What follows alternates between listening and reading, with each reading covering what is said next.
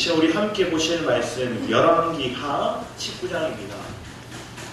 열왕기하 19장 1절에서 4절 말씀입니다. 열왕기하 19장 1절에서 4절 말씀.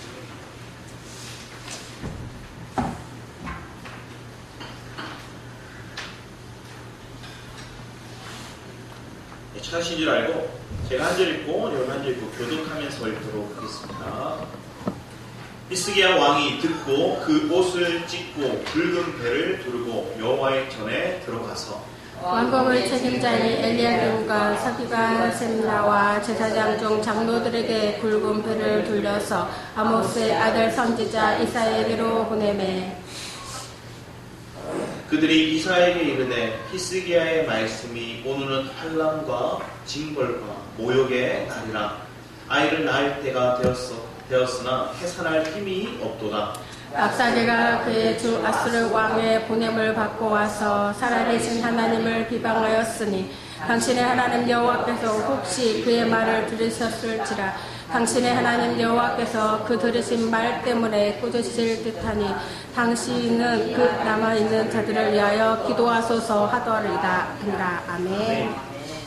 오늘 이 히스기야 왕에 대해서 함께 말씀을 나누고자 합니다. 주중에도 히스기야 왕에 대해서 나눴습니다. 그런데 또 하나님이 주시는 갈망들이 있어서 이 시간 한번 더 깊이 얘기해보고자 합니다. 여기 보면 해산할 힘이 없도다 얘기해요. 마음은 원이 있고 마음의 갈망은 있는데 그걸 힘을 마지막 힘을 이렇게 짜면서 해산할 힘이 내게 없다는 거예요. 저는 부끄럽게도 지은사모가 이렇게 2번의 출산을 했잖아요. 출산을 할 때 한 번은 들어오지 말라고 해서 안 들어갔어요. 그래서 너무 새벽에 졸려서 잠깐 아파하는데 그 무통주사 맞고 막 힘들어하는데 옆에서 계속 꾸벅꾸벅 조니까 지은사모가 이렇게 저를 이렇게 약간 한심한 듯이 이렇게 아래로 보더니 가서 자래요. 그래서 저 어떻게 했을까요? 하고 가서 잤어요. 갔더니 나중에 간호사가 와서 탯줄 자르러 오른다고 하더라고요. 그래서 왔어요. 그리고 잘랐거든요. 어떻게 진행됐는지 잘 몰라요. 탯줄만 잘랐거든요. 그럼 이제 둘째는 좀 정신을 차려야 되잖아요.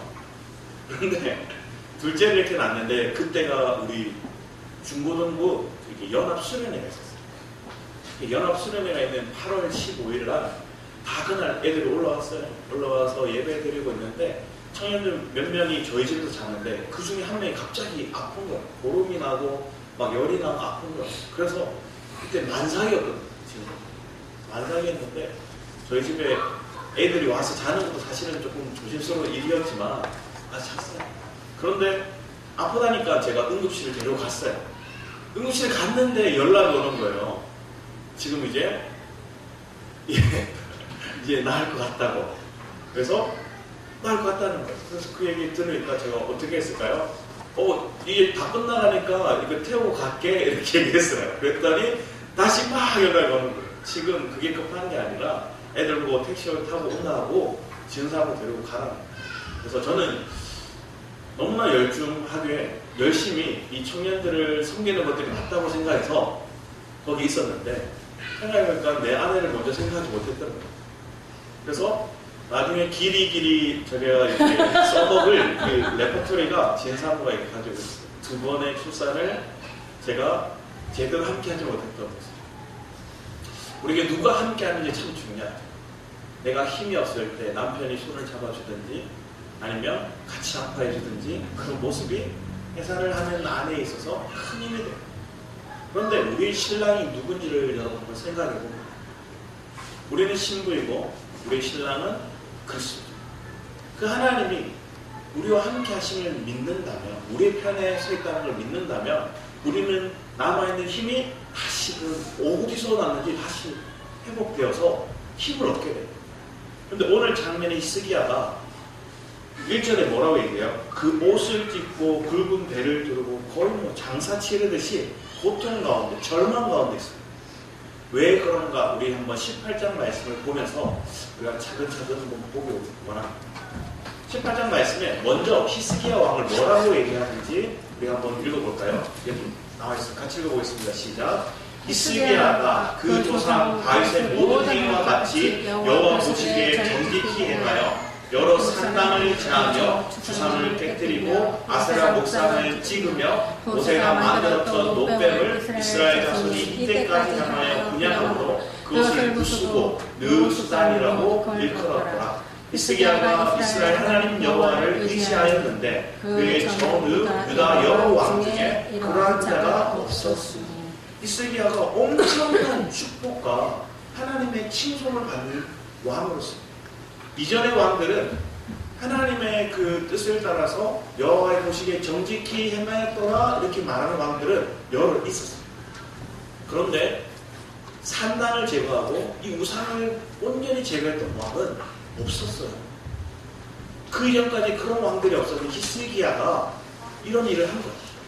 우리가 주중 말씀 가운데 이 히스기야의 아버지가 누구죠? 아하스. 그 아하스는 엄청난 악한 왕이에요. 엄청나게 악한 왕이었어요.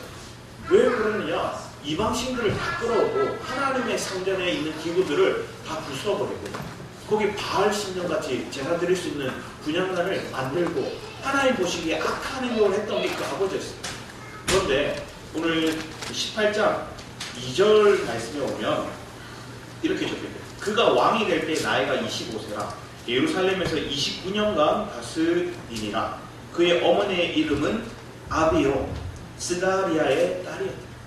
이 누구냐? 이 시대 제사장의 딸이었어요. 그러니까 악한 아버지와 그 아버지는 자기 아들들을 몰렉신에게 바치듯이 인신제사를 불도 안 돼 던지는 그런 끔찍한 일을 했던 왕이었어요. 그런데 그걸 피해서 겨우 살아남았던 이 히스기야. 그는 누구의 영향을 받았을까요? 자기 어머니의 영향을 받았다. 자기 외할아버지의 영향을 받았다. 그래서 그 말씀을 그가 훈련하고 하나님의 말씀을 사막으로 누구의 길을 갔느냐? 다윗의 길을 갔어요. 그의 아버지는 북이스라엘 왕들의 계보를 따랐는데 그 망할 길을 따랐는데 이 히스기야는 다윗의 길을 따랐다. 그러면서 쭉 말씀 가운데 주상들을 깨뜨리고 아세라 목상을 찍었고 여기 노뱀이다. 이 노뱀이 어떤 노뱀일까요? 민수기 21장에 나오는 그 노뱀. 이스라엘 백성들이 하나님 원망하죠. 더 이상 이런 박한 식물, 이런 기름 섞인 음식 더 이상 먹기 싫다고 원망하고 분노할 때 하나님이 그들에게 불뱀을 보내죠. 근데 그 불뱀 가운데서 많은 이들이 물려서 죽게 되었을 때 하나님 앞에 나아가 하나님 앞에 엎드려 기도했던 게 누구죠? 모세였어요. 그리고 그 모세가 말한 거예요. 이 노뱀을 세워서 들어. 그걸 들 때 그걸 보면 백성들이 살아가는 거예요. 근데 그게 언제적 일이냐? 지금으로부터, 지금 이 히스기야 때부터 약 700년 전에 일이에요. 근데 백성들이 뭘 한 거예요? 이거 봐서 살았다. 이 노뱀 봐서 우리 백성들이 죽다가 살았다. 그리고 그걸 보관하고 있는 거예요. 그걸 뭐처럼 느낄까요? 우상 숭배하듯이 두고 있는 거예요.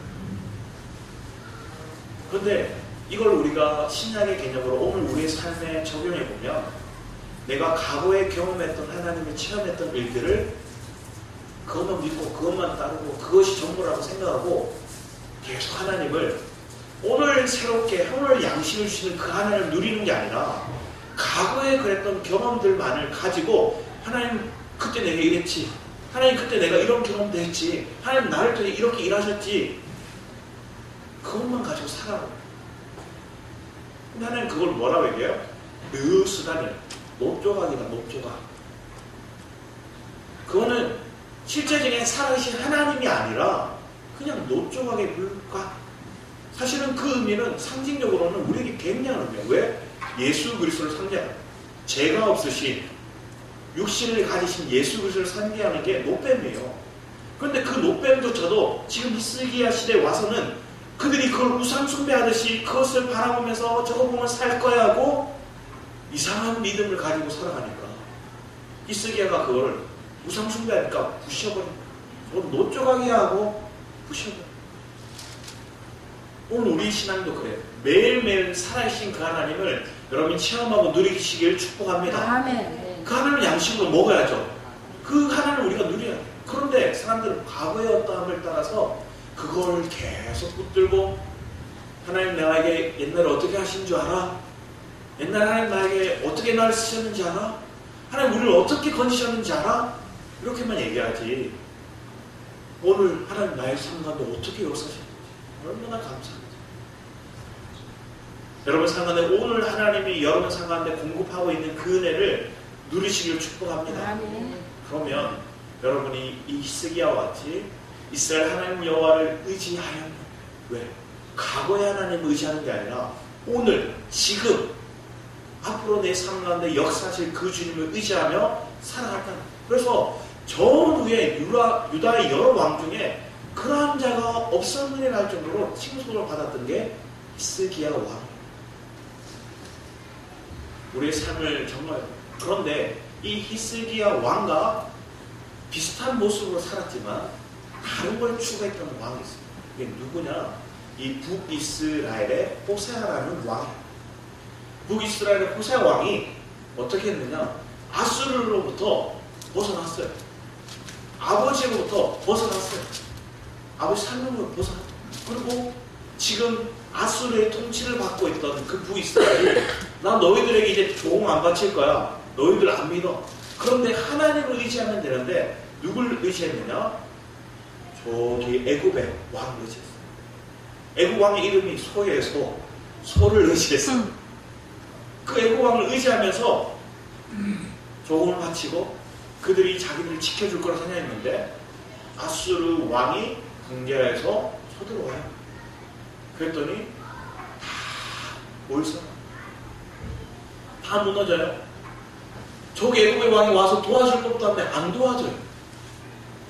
그럼 망해버려요. 그리고 그 북이스라엘이 어떻게 되죠? 민족이 다 섞여버려요.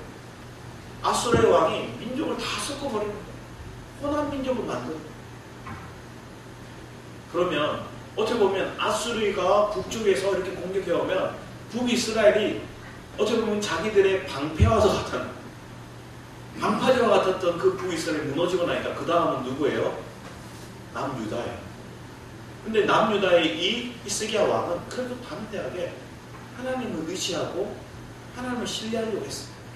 그런데 북이스라엘이 무너지고 나니까 마음이 어떻게 했어요? 너무 힘들어져요. 여러분도 그래요. 지난날에 하나님을 경험하고 믿고 내가 신뢰하면서 걸어오다가 어느 순간 나도 모르게 믿음이 없는 것처럼 살아가요. 믿음이 없는 것처럼 느껴지니까 어떻게 해요? 두려워지기 시작해요. 여러분 마음 가운데 초조해지기 시작하고 어떻게 살아야 되지 않은 불안이 여러분 마음 가운데 계속 오는 거예요. 떠나보내려고 하는데 안 없어져요. 더 두려워져요. 왜? 실제적으로 내 눈앞에서 북이스라엘이 무너진 걸 봤거든요. 안 무너질 것 같은 북이스라엘이 무너진 거예요. 하나님의 백성들이 왜 망했지? 저들도 하나님 택한 족속들인데 아브라함과 이삭과 야곱의 그 조상을 뒀던 그 열지파의 모습이 무너지는 걸 보고 히스기야 마음도 실망하게 되고 무너지고.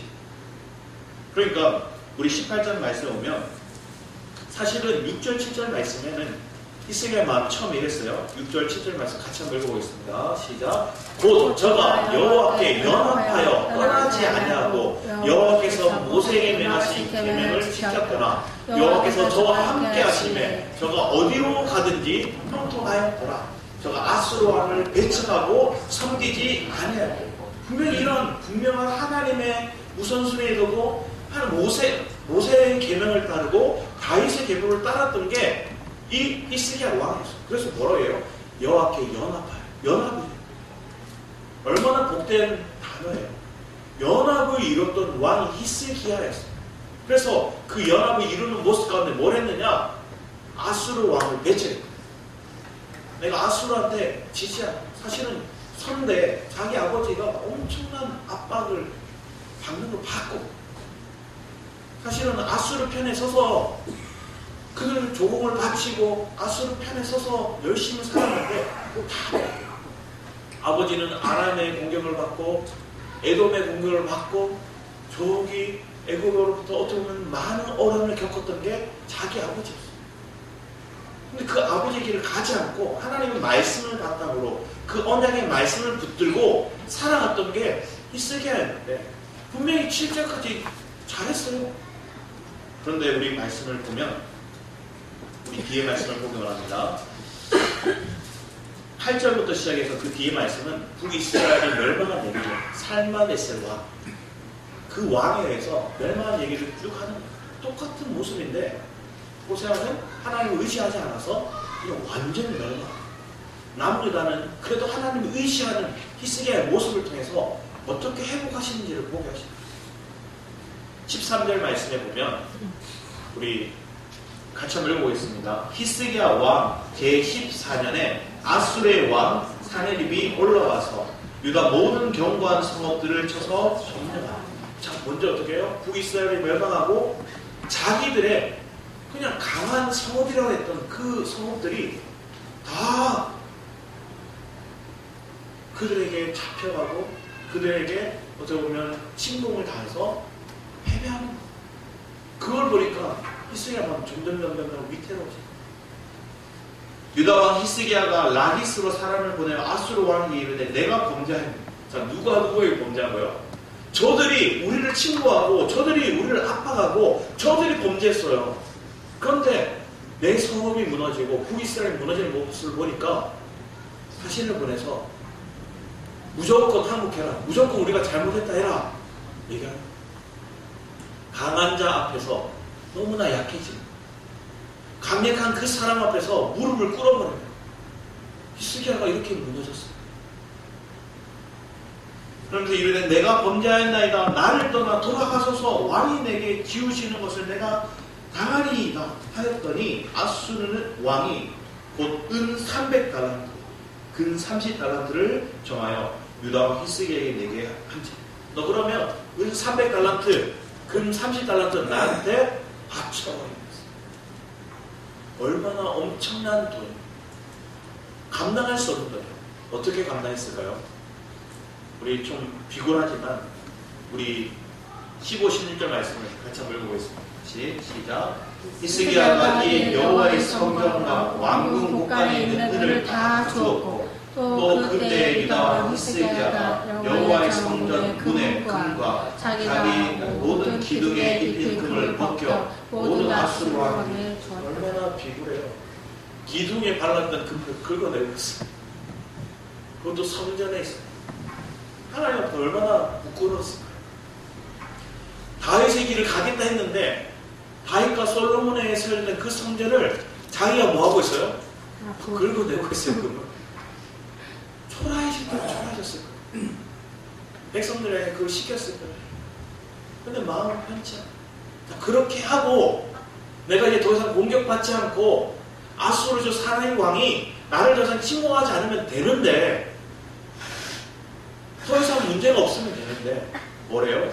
17절 말씀에 아수르 왕이 바르단과 랍사리스와 랍사게로 하여금 대군을 거느리고 라그스에서부터 예루살렘으로 가서 히스기야 왕을 치면 다시 공격하는 거예요. 자, 여러분들 한번 생각해 보세요. 내가 타협하고 내가 어느 정도 뭔가 사람들하고 뭔가 입을 맞추고 그들과 연합을 하면 내 문제가 해결될 것 같고 내 이 아픔이 더 이상 안 올 것 같다는 생각을 누구나 했을 거예요. 안 그러신가요? 저는 해봤거든요. 저는 예전에 한 친구, 제 정말로 친한 친구가 저희 반 짱한테 어깨 동무해가지고 이렇게 가는 모습을 봤어요. 근데 왜 갔느냐? 돈 달라고 하는 거예요. 제가 그 모습을 보면서 마음에는 뭐였어요? 화가 나서 뭘 했냐면 돌멩이 하나 들었어요. 들고 어떻게 했을까요? 못 때리고 뒤에 그냥 따라 붙었어요. 못하겠는 거예요. 무서워서. 못하겠어요. 내 친구가 저렇게 당하는 모습이 너무 힘든데 돌멩이를 들은 용기는 있었지만 뭘 어떻게 못하는 거예요? 그 뒤에 과정이 내 마음 가운데 계속 떠오르니까 학교 생활이 더 힘들 것 같은 거예요. 그래서 결국은 돌멩이를 갖고 그 친구가 다 뺏기고 다 받고 난 다음에 친구 옆에 갈 수 없어가지고 그것도 미안해가지고 그냥 집에 가버렸어. 다음날 친구가 저를 이렇게 반겨주는데 마음이 미안해. 내 힘이 없어요. 사실은 내가 저 사람에게 좋은 걸 주고 싶고 보호하고 싶고 뭔가 저 사람에게 혜택을 주고 싶은데 내게 능력이 없는 거예요. 그래서 아수르 공격 앞에 사실 히스기야 왕이 내 백성을 향한 뜨거운 마음이 있어서 그들을 살리고자 하는 마음도 있었어요. 그러니까 어느 정도 타협했어요. 타협했는데 더 강력한 군대를 보내는 거예요. 그런데 이걸 누가 배후해서 하나님이 역사하신 거예요? 하나님 그렇게 역사하신 거예요. 그들을 통해서 사실은 실체를 보게 하신 거예요. 저 대적은, 저 사단은, 저 세상은 네가 타협해서는 될 대상이 아니라는 거예요. 내가 어느 정도 타협해서 그들과 수긍하고 그들과 풍짝을 맞추면 내가 잘 살 것 같고 내 문제가 해결될 것처럼 보였지만 아니라는 거예요. 오히려 저들은 더 압박하고 더 숨통을 조여오고 더 내 것들을 빼앗고자 압박하는 존재예요. 그러면 선택은 누구한테 해야 되는 거예요? 주님께 해야 돼요. 여러 번 삶이 그랬어요. 내가 더 이상 타협하고 더 이상 의지하고 내가 수고하고 노력해서 될 그런 모습이 없을 정도로 내가 압박이 와서 안 되겠다 해서 하나님밖에 없다고 선택한 게 여러분이에요. 아닌가요? 저는 그렇거든요. 내가 하나님만 선택할 수밖에 없는 상황으로 하나님이 뭐라 하셨어요. 뭐라 하시니까 말씀을 듣게 하셨고요. 뭐라 하시니까 기도하게 하시고요. 예전에 마산에 있을 때였어요. 마산에 있을 때 여기 올라오기 딱 2년 동안 서목사님 먼저 올라가시고 마산에 훈련이 없는 거예요. 마산에 훈련은 없고 서목사님이 더 이상 오시지 않고 내가 여기서 나름대로 사역을 해야지 유흥사를 더 해야지 생각을 했는데 점점 내가 설 곳이 없는 것처럼 느껴집니다. 그러면서 훈련도 받는 것도 아니고 내가 뭔가 사역을 하는 것도 제대로 하는 것도 아니고 그러니까 내 마음이 뭐하고 있지 이 생각이 하나님 나를 부르신 게 맞다고 나는 생각했는데 하나님 부르심 앞에 내가 나아가도 생각했는데 내가 뭐하고 있지. 그랬더니 주변에서 어디서는 저보고 온대요. 우리나라에서 제일 조용히 잘 된 교회가 있는데 그 저보고 온대요. 그래서 글쎄 아니라고 얘기했어요. 소목사님한테 말도 안 끊었어요. 지은사부도 이게 맞다고 내게 물어요. 저도 잘 모르겠는데 이게 맞냐고 물어요. 그러면서 마음에 힘이 되니까 어떻게 했을까요? 아침 10시마다 교육자들 와서 기도했을 거예요. 기도하는데 시켜서 하는 게 되니까 마음 가운데 뭔가 약간 부담이 있는 거예요. 와서 시간 때우는 것처럼 느껴질 때가 있어요. 시켜서. 그런데 내가 그런 마지막까지 내가 나를 어떻게 보면 절벽 끝으로 나를 내몰아가는 모습이 있으니까 하나님의 실제적인 내 모습의 사역의 모습에 기도해요. 하나님 부르신 줄 믿습니다. 그게 맞는 거 아니에요. 근데 하나님 내가 이 문제를 지금 이 상황을 또 우리 가정에서 내 아내에게 줄 말이 없어요. 내 삶 안에 내가 어떻게 나아가야 될지 내 삶의 방향성이 무엇인지 나는 명확하게 하나님 안다고 생각하고 지금 사역하고 있었는데 지금의 내 모습은 온통 쓰레기로 가득하고 의심으로 가득한 내 모습을 보게 돼요. 내 의심으로 가득한 겉으로는 입술로는 하나님이 이스라엘 쓰니까 있는 거야 말을 했지만 여전히 안에 불안 초조한 모습입니다. 그때 하나님이 내 마음의 어둠을 내 안에 있는 쓰레기를 싹 제거하시는 거예요. 제거하고 나니까 내 안에 하나님 믿음이 자라오고 있고 내 삶 가운데 하나님을 향한 그 믿음의 모습들이 없던 게 아니라 자라오고 있습니다. 그런데 나도 모르게 의심이라는 쓰레기가 나를 가득 채우고 나니까 아무것도 안 보였던 거예요. 그럼 여러분 삶에도 동일해요. 지금까지 하나님 여러분을 이끌어 오셨어요. 여러분 입술로 에베네셀 하나님이라고 여러분 고백하며 찬양도 했어요. 그러면 그 하나님이 여러분 지금 버리셨나요? 여러분 하나님 지금 안 느껴진다고, 하나님이 살아있지 않다고 여러분 그렇게 생각하나요? 아니잖아요. 하나님 살아계세요. 하나님 지금도 말씀하고 계시고 지금도 더 풍성한 길로 은혜를 여러분에게 부어주시는 분이에요. 그런데 내가 그것들을 수용하고 받아들이려는 마음의 문이 안 열려있고, 그리고 내 안이 쓰레기로 가득 차요. 그럼 뭐 하면 돼요? 비우면 돼요. 비우는 길은 쉬워요. 십자가 가서 예수 그리스도를 부르고 그 십자가의 사랑을 내가 믿고 십자가의 은혜를 내가 누리면 나도 모르게 깨끗해져 있어요. 왜? 십자가 앞에서는 모든 죄, 모든 허물이 다 깨끗해졌거든요. 그 사랑을 여러분이 회복하면 여러분 다시금 하나님의 은혜가 기름 부었듯 가득 차요. 자, 히스기야가 힘드니까 사실은 오늘 읽었던 본문에서는 뒤에 말씀에 사람을 보내서 이사야 선지자에게 우리를 위해서 좀 기도해 달라고 해라. 이사야 선지자한테 가서 우리를 위해 좀 부르짖으라 해라. 이렇게 얘기합니다. 뭘 하는지, 하나님 뭘 하는지 좀 얘기해요. 하나님 지금 저 오늘 얘기했던 이 랍삭이라는 사람이 끔찍할 정도로 조롱하거든요. 하나님을 조롱하고 이스라엘 백성을 조롱하고 히스기야 왕을 조롱해요. 여러분 이런 조롱의 소리 안 들어봤어요? 좀 들어봤거든요. 이 꼬라지를 봐라. 이 가정을 봐라. 저희 가정이 저희 친가정에서 저희 가정만 유일하게 예수를 믿어요. 근데 저희 가정만 유일하게 망했어요. 그러니까 친척들은 뭐라 할까요? 예수 믿는 그 사람들이 좋게 생각할까요? 아니, 예수 믿는 망했다고 생각해요. 그러면서 나하고 그 사촌 누나 결혼식에 갔더니 저를 이렇게 차나 이렇게 아래로 이렇게 쳐다보시더라고요. 친척들.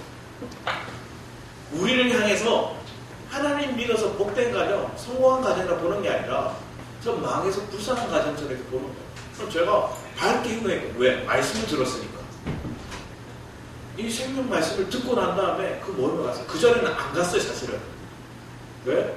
내 형편이 희쭈구리하니까 가기가 싫은 거예요. 그런데 내 형편은 안 바뀌었는데 내 마음이 말씀을 듣고 나면 회복되니까 가게 되더라고요. 그러면 그들은 물론 그걸 내가 하나님 말씀으로 풍성해진 걸 모르니까 여전히 치근하게, 여전히 불쌍하게 저 마음가정 이렇게 보듯이 보고 있는 거예요. 심지어 저는 재수까지 한 상태였어요. 그리고 군대 갔다 왔는데 학교 어디 갔노? 하니까 학교 안 가고 있대요. 뭐 하고 있나? 공장에 알바 뛰고 있대요. 그러니까 사람들이 볼 때 더 안 좋게 보는 거예요. 근데 내 마음은 기뻤어요. 내 마음은 하나님 주신 말씀이 있었어요. 내가 이렇게 그냥 공장에서 그냥 전기 돌리면서 끝날 인생이 아니라 나는 하나님이 나를 부르신 자로 하나님 말씀을 전하실 거라는 믿음이 잘 있습니다. 그러니까 친척들 만나기 가능하신 거예요. 여러분 지금 삶이 어때요? 주변의 사람들이 여러분 볼 때 치근하게 보나요? 그러면 여러분들은 그렇게 가는 거예요. 그 사람들이 그렇게 볼지라. 여러분 그것보다 좀 더 심하면 우리에게 뭐래요? 우리에게 좋은이라는 말로 우리를 찔러요. 좋은 말, 우리를 위한 말이라고 얘기하면서 우리에게 상처를 난도질을 해요. 근데 그 말을 들을 때 여러분들이 그리스도로 풍성하면 난도질 안 당해요. 알겠죠? 여러분이 그리스도의 마음으로 마음이 코팅이 되어 있으면 아무리 찌르고 아무리 조롱하고 아무리 비난의 말을 해도 여러분 상처 안 나요. 그런데 여러분 내면에 여러분 속에서 마음이 하나님 향한 믿음의 확신이 의심으로 뭔가 쇠를 차면 상처를 곳곳에서 나요. 그러니까 사람 만나기도 싫고 여전히 친했던 사람들도 그냥 대하기도 싫고 그냥 하나님을 향해 친밀했던 사람인데 같이 하나님을 위해서 사역했던 그 사람인데도 만나기가 싫고 근데 주님은 다시 우리를 회복하셔서 이끌어 가십니다. 랍사기가 어떻게까지 하냐면 신은 우리 아수르의 신만이 참되다. 다른 신들은 다 패배했다. 다른 민족들을 봐라. 우리한테 다 무릎 꿇었지 않느냐. 저 북이스라엘 봐라. 우리한테 패배했지 않느냐. 너희들 여호와 우리한테 패배한 신이야. 그 신을 아무리 의지해봐라 너희들도 패배할 거야 하고 유다 사람들에게 얘기하고 너희 하나님 여호와를 의지하지 마라. 그리고 너희 왕이 히스기야가 하나님을 의지하자 선포하는데 그 말 믿지 마. 믿을 게 뭔데? 심지어 이 랍사게는 아람어로 그들 이스라엘 백성들이 알아듣도록 계속 말합니다. 얼마나 비통하고 아플까? 얼마나 힘들까? 그 장면을 보고 지금 오늘 본문 말씀이 19장 말씀이 시작되는 거예요. 히스기야 마음이 무너질 대로 무너져서 너무 아파서 옷을 찢고 베옷을 입고 막 그래서 초상집이 된 거예요. 자, 그랬는데 우리 6절 7절 말씀 같이 한번 읽어볼까요? 이사야가 말씀합니다.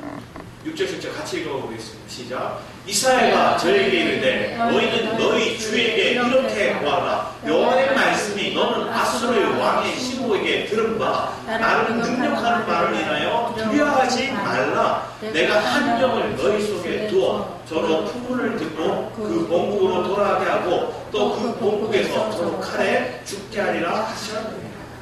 이사야 선지자를 통해서 말씀이 옵니다. 두려워하지 마.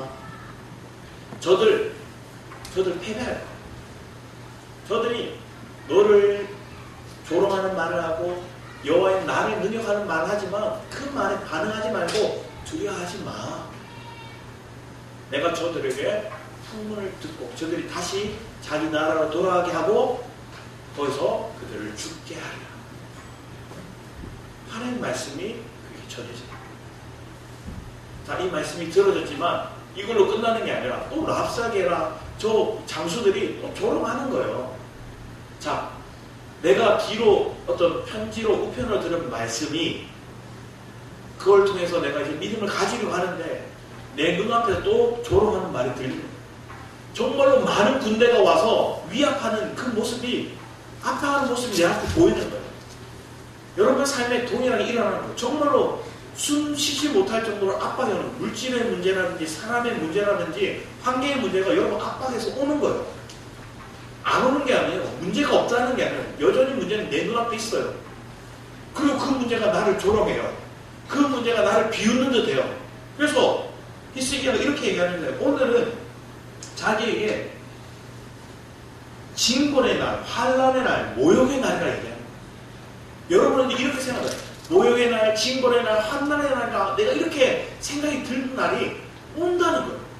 그런데 하나님의 사람을 통해서 메시지를 전해줘요. 그 말씀을 그래도 의지하는 믿음이 누구에게 있었어요? 히스기야 왕에게 있었어요. 그래서 히스기야 왕이 이렇게 우리 말씀을 더 보면 우리 8절부터 보면 랍사게가 돌아가다가 아수르 왕이 이미 라기스에 떠났다함을 듣고 림나에 가서 아수르 왕을 만났으니 왕이 거기서 림나에 싸우는 중이라. 아수르 왕은 구스 왕 디르하가 당신과 싸우고자 나왔다함을 듣고 다시 히스기야에게 사자를 보내며 이르되 너희는 유다 왕 히스기야에게 이같이 말하여 이르기를 내가 믿는 내 하나님 예루살렘을 아수르 왕의 손에 넘기지 아니하겠다는 말에 속지 또 편지를 쓰는 거예요.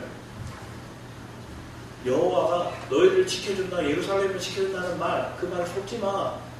우리 신이 너희들을 압도할 거야. 우리 군대가 너희 예루살렘을 무너뜨릴 거야 하는 그런 편지를 또 보낸 거예요. 그랬더니 그 편지를 보고 어떻게 했을까요? 이 히스기야가 어떻게 했냐면 14절 말씀에 보면 14, 15절 말씀에 보면 히스기야가 이렇게 행동합니다.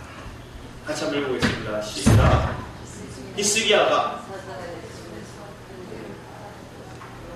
왔다 갔다 하네. 제가 편지 그냥 19장 제가 읽어드릴게요. 히스기야가 사자의 손에서 편지를 받아보고 여호와의 성전에 올라가서 히스기야가 그 편지를 여호와 앞에 펴놓고 그 앞에서 히스기야가 기도하여 이르되 그룹들 위에 계신 이스라엘 하나님 여호와여 주는 천하 만국의 홀로 하나님이시라. 주께서 천지를 만드셨나이다. 여호와여 귀를 기울이사 들으소서. 여호와의 눈을 떠서 보시옵소서.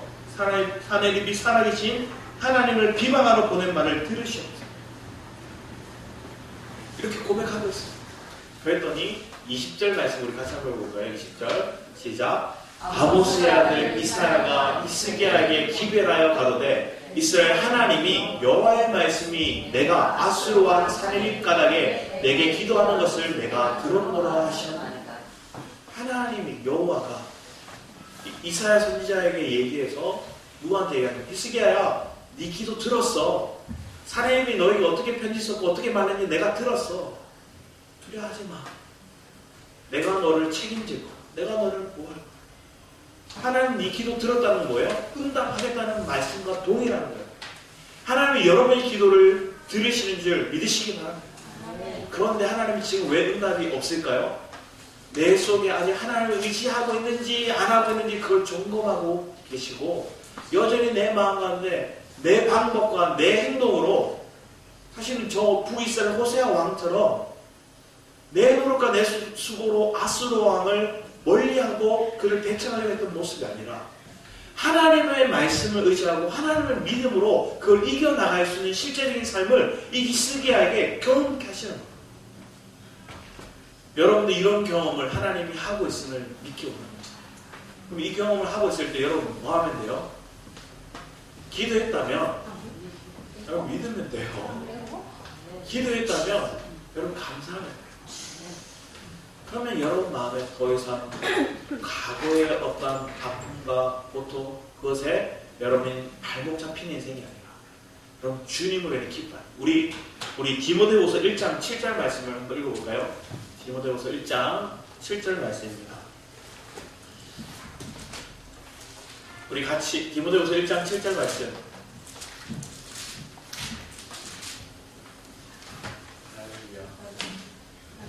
맞아요. 그 선을 말씀.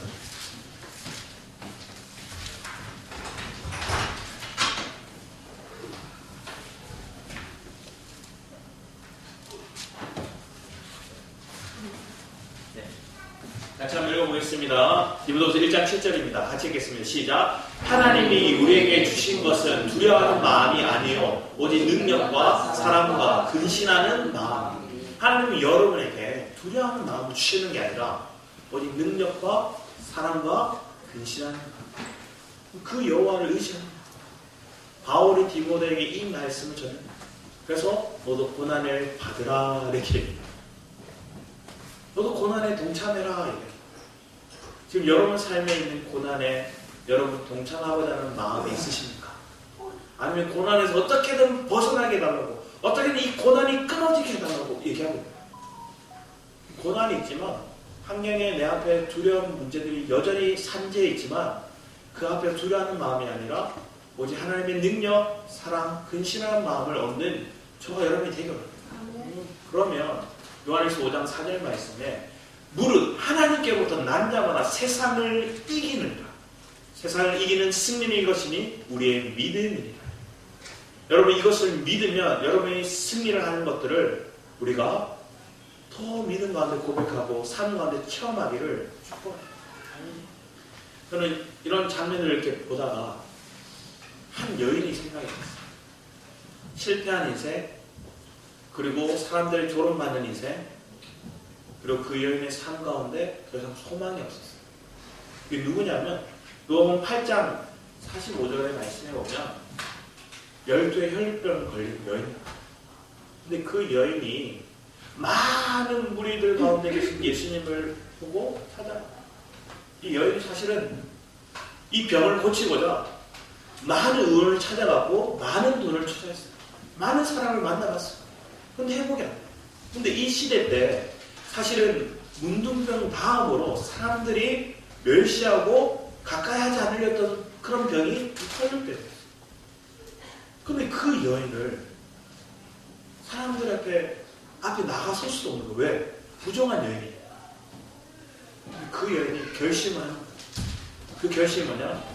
주님의 옷자락이라도 만져야 되겠다.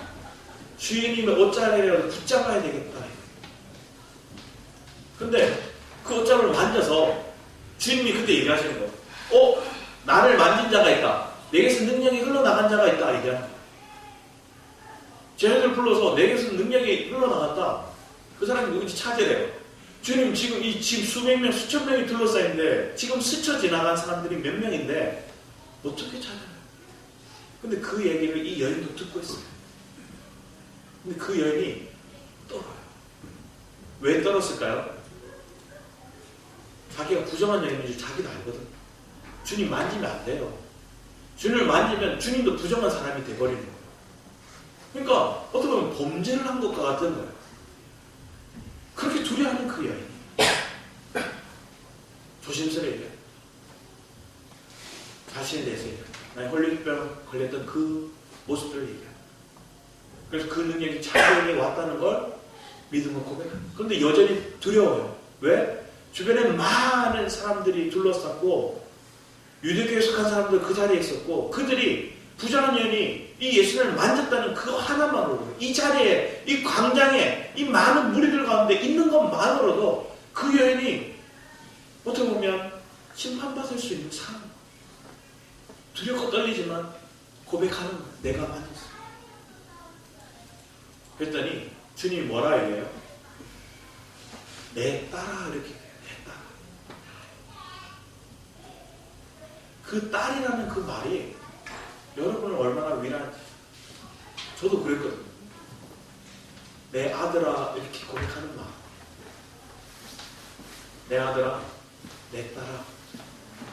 내 인생은 실패했다고 생각했는데 내 인생은 부정하다고 생각했는데 내 삶은 실패투성이고 정말로 환난과 비방과 황폐해질 대로 황폐해진 내 삶 가운데 내가 그나마 마지막을 붙잡을 게 주님이라 생각해서 그 옷자락으로 잠시 몸도 못 만져 옷자락 잠깐 붙잡는 그 믿음으로 가서 붙잡았는데 주님이 그 얘기를 하니까 두려웠어요. 왜? 자기 목숨이 그 자리에서 죽을 수도 있는 사람. 그런데 주님 다 위로하시는 그 죄, 모세로부터 오는 율법의 어떤 정해진 그 방식으로서의 그 여인을 판단하고 정죄하는 게 아니라 그 여인이라는 얘기는 내 딸아. 그리고 그 여인을 회복시키고 구원합니다.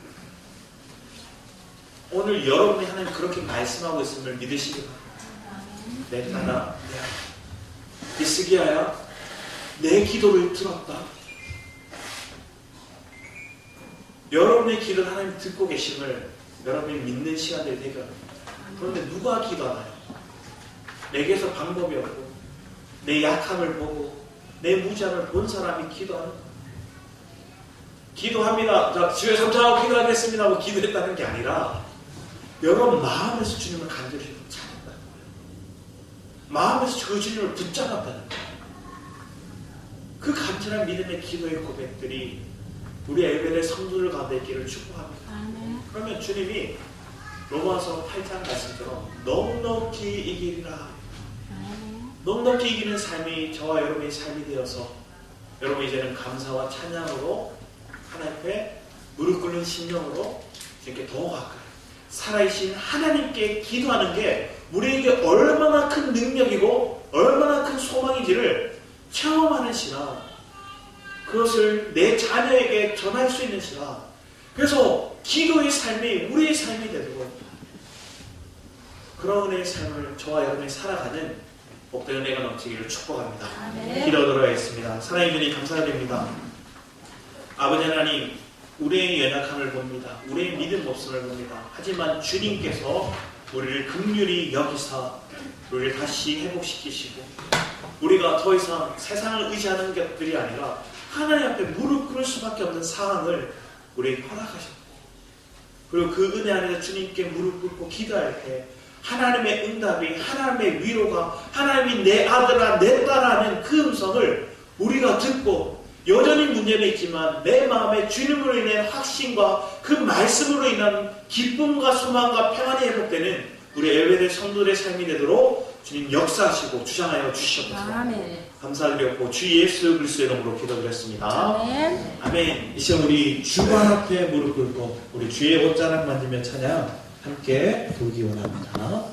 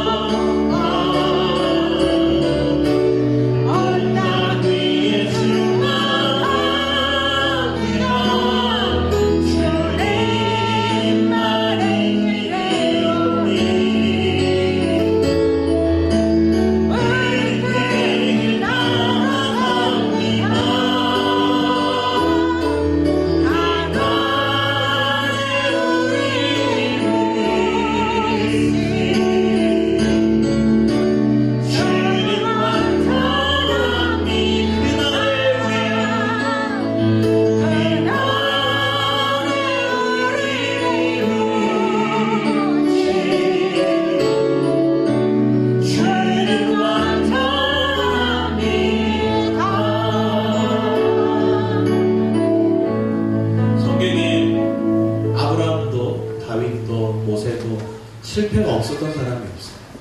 다 실패해요. 넘어졌어요. 히스기야도 정말로 칭송받다가 넘어졌어요. 우리도 많이 넘어져요.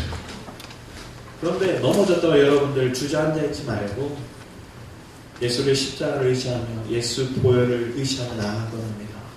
이제 우리가 성소에 들어갈 담력은 예수의 보혈로 인해서 얻었어요.